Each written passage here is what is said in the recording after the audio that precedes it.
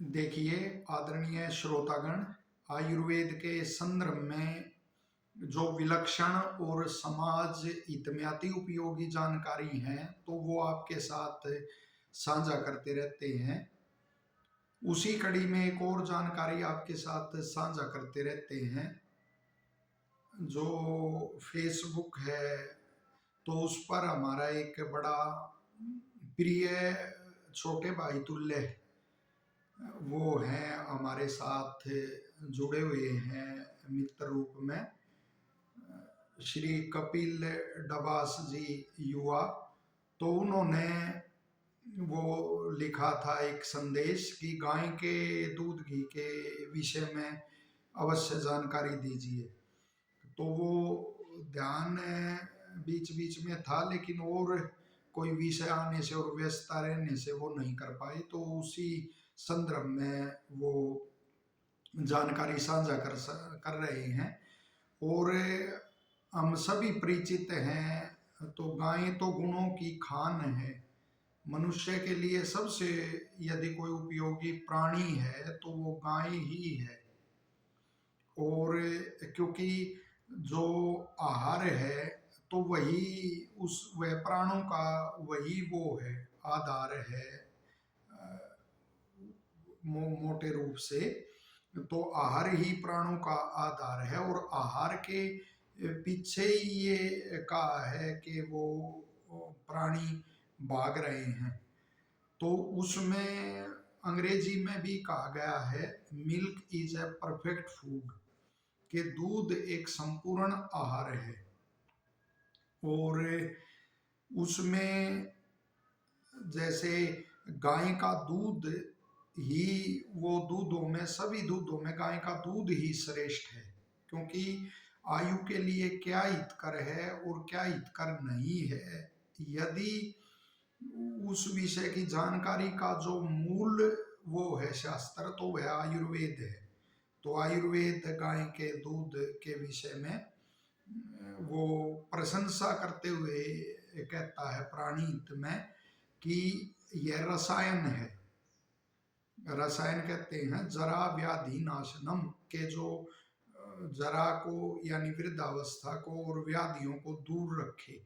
तो उसमें सभी जो दुग्धों का उल्लेख है, तो गाय के दुग्ध के अंदर ही ये गुण लिखे हैं कि वह रसायन है। और शास्त्र भी कहते हैं गवामृतम, के गाय का दूध अमृत है, उसी को आयुर्वेद इस तरह कहता है। धर्मशास्त्र की इस बात को चिकित्सा शास्त्र कहता है, क्योंकि जो सत्य धर्म शास्त्र हैं और जो सत्य चिकित्सा शास्त्र हैं उनमें विरोध हो ही नहीं सकता। दूसरा, जो ओज धातु है, आठवीं धातु जो ओज मानी गई है, और जो सभी धातुओं का उसको सार माना गया है, यानी रस से रक्त, रक्त से मांस, मांस से मेद, मेद से अस्थि, अस्थि से मज्जा, मज्जा से शुक्र। और इन सभी धातुओं का जो सार है और बल का मूल कारण है ओज होता है। तो उस ओज के 10 गुण का आयुर्वेद में उल्लेख है और गाय के दूध के भी 10 गुणों का उल्लेख है। तो जोज के 10 गुण हैं और जो गाय के 10 गुण हैं वो बिल्कुल वही हैं, उनमें समानता है। अतः गाय का दूध उसको ओज को भी बढ़ाता है।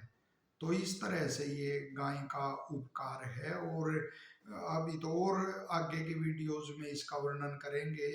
कितना ही वर्णन करते रहे, उसकी महिमा का वर्णन किया ही नहीं जा सकता। और जो अनेक आपने देखे होंगे वो गौमूत्र, गोबर आदि की हंसी करते रहते हैं, लेकिन वो सत्य की ही हंसी करते हैं फिर, और मानवता को उसके लाभ से वंचित करते हैं। वरना आयुर्वेद देखिए, पंचगव्य जो है वो कुष्ठ जैसे जो दुसाध्य रोग हैं तो उनकी भी चिकित्सा वो पंचगव्य ही उसका कहा गया है, उसके प्रयोग का।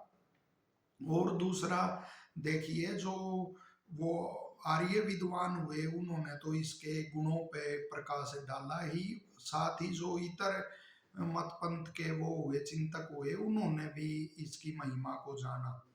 ख्वाजा हसन निजामी ने बिल्कुल वो स्पष्ट उल्लेख किया कि यदि हम गाय को पालते हैं तो ना उसमें हिंदुओं को प्रसन्न करने का हमारा कोई वो नहीं है, एहसान नहीं है कि वो प्रसन्न होंगे। न ही गौ के प्रति केवल दया की भावना का ही वो है, तथ्य है। लेकिन यदि हम ऐसा करते हैं तो उससे हमारी संतानों को ही लाभ होगा और खेतों में हरियाली होगी। देखिए कितना बढ़िया उन्होंने चिंतन दिया है।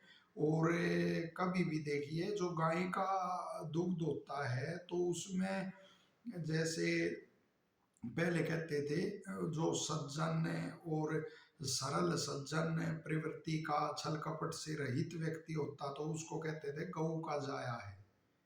तो वो गाय के दूध में ही ऐसे गुण आ सकते हैं जिसमें सहनशीलता और विनम्रता उदारता जिससे होती है, और ये आर्य जाति में उसमें ये गुण देखने को मिलते हैं भारतवर्ष में, यहाँ के लोगों में। और भी जो भी पहले भूमंडल पे एक ही वो था, एक जैसा वो खान पान और वो उसके, और अब भी मानवता के विषय में सभी एक मत मिलेंगे। कौन कहेगा कि धैर्य आदि और दया आदि क्षमा आदि ये धर्म के चिन्ह नहीं है, ये अच्छे व्यक्ति के चिन्ह नहीं है, सभी भूमंडल के लोग कहेंगे। तो वो गाय के दूध में ही मिलते हैं। दूसरी बात जो उन्होंने कहा कि खेतों में हरियाली रहेगी, तो वहां भी आप देखिए कि खेतों में हल चलाते हैं जब, तो बैल को ही तो उसमें जोतते हैं और किसी उसको तो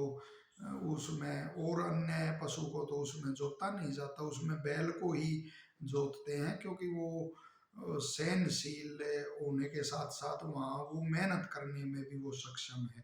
और फिर ये भी एक कहावत है कि गाय वो भी बहुत है, शांत भी बहुत है, लेकिन जब उग्र हो जाती है तो सिंहनी के समान उसका वो रूप होता है। तो इसी तरह आप देखिए हमारे भी जो योद्धा थे क्षमाशील और वो, लेकिन पराक्रम का ऐसे अवसर आता तो वो फिर कितना वो बढ़िया और युद्ध भूमि में अडिग रह के पराक्रम दिखाते थे।